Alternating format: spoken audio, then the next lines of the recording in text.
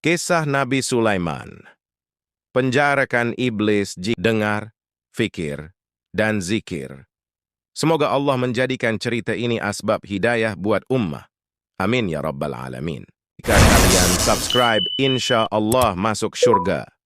Saat terusir dari surga, iblis berucap dengan nada sumpah untuk menyesatkan anak cucu Adam, sehingga manusia yang tergoda rayuan iblis akan hanyut dalam maksiat kepada Allah.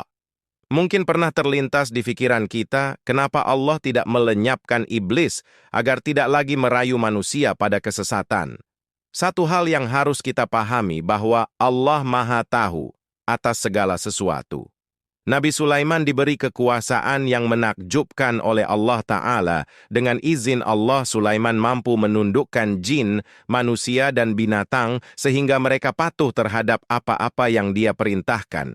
Terdapat riwayat yang menjelaskan, Sulaiman mempekerjakan iblis untuk membawa dan mengimpor batu-batuan, pasir, serta bahan bangunan lain untuk mendirikan bangunan-bangunan megah. Iblis memang tunduk dan patuh terhadap Sulaiman, namun mereka tetap teguh pada ucapan, yaitu menyesatkan anak cucu Adam. Disebutkan dalam sebuah riwayat bahwa Sulaiman memohon kepada Allah agar dirinya diberi kuasa untuk memenjarakan iblis, agar manusia tidak lagi melakukan dosa dan maksiat. Allah yang Maha Tahu mewahyukan kepada Sulaiman, "Wahai Sulaiman, tidak ada baiknya jika iblis ditangkap." Namun Sulaiman memohon seraya berkata, "Ya Allah, keberadaan makhluk terkutuk ini tidak ada kebaikan di dalamnya." Allah berfirman, "Jika iblis ditangkap, maka banyak pekerjaan manusia yang akan ditinggalkan." Sulaiman kembali memohon, "Ya Allah, aku ingin menangkap makhluk terkutuk ini selama beberapa hari saja." Allah menjawab, "Bismillah," dengan menyebut nama-nama Allah. "Tangkaplah iblis." Setelah mendapat izin Allah, Nabi Sulaiman menangkap iblis, mengikat dan memenjarakannya agar tidak ada lagi yang menyesatkan manusia. Fenomena setelah iblis dipenjara, selain seorang nabi, Sulaiman juga seorang raja agung dengan wilayah kekuasaan yang sangat luas. Dalam memenuhi kebutuhan rumah tangganya, Sulaiman tidak mau menggunakan uang kerajaan. Beliau memilih menggunakan hasil usahanya sendiri dengan membuat barang untuk dijual ke pasar.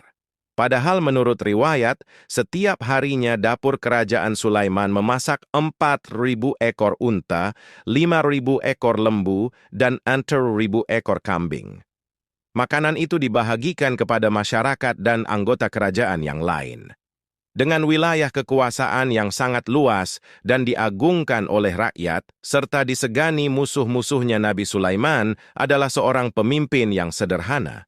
Dia menolak makan menggunakan uang kerajaan dan memilih makan dari hasil usahanya sendiri dengan menjual barang-barang buatannya di pasar. Suatu pagi, Nabi Sulaiman mengutus seseorang pergi ke pasar untuk menjual barang buatannya. Sampai di pasar, dia terkejut karena tidak menemukan seorang pun manusia, kemudian pulang dan memberitahu peristiwa ini pada Nabi Sulaiman. Karena barang buatannya tidak terjual, malam itu Nabi Sulaiman tidak makan dan hanya minum air saja. Keesokan harinya Nabi Sulaiman kembali mengutus seseorang untuk menjual barang-barang buatannya ke pasar. Namun perkara yang sama masih didapati. Pasar sunyi sepi seperti hari sebelumnya. Setelah diselidiki, manusia sibuk mempersiapkan bekal menuju akhirat tanpa peduli pada dunia. Manusia lebih banyak mengingat kematian, menangis, dan meratap. Merasa hairan pada peristiwa tersebut, lantas Nabi Sulaiman bertanya kepada Allah, "Ya Allah, apa yang sebenarnya telah terjadi? Kenapa orang-orang tidak bekerja mencari nafkah?" Allah menjawab, "Wahai Sulaiman, engkau telah menangkap iblis, sehingga akibatnya manusia tidak bergairah bekerja mencari nafkah. Bukankah sebelumnya telah aku katakan kepadamu bahwa menangkap iblis tidak mendatangkan kebaikan?" Mendengar jawaban dari Allah, dengan segera Nabi Sulaiman melepaskan iblis dari penjara, hingga keesokan harinya pasar kembali ramai. Orang-orang kembali bersemangat bekerja mencari harta dunia untuk makan dan memenuhi keperluannya. Allah tidak pernah melarang kita untuk mengejar kenikmatan dunia, namun jangan sampai kesibukan dalam urusan dunia dan segala kemewahannya membuat kita lupa untuk apa kita diciptakan. Sedangkan Allah mengajar kita untuk mencontohi kekasihnya Nabi Muhammad sallallahu alaihi wasallam yang hidup dalam sederhana, walaupun dirinya pemimpin dunia.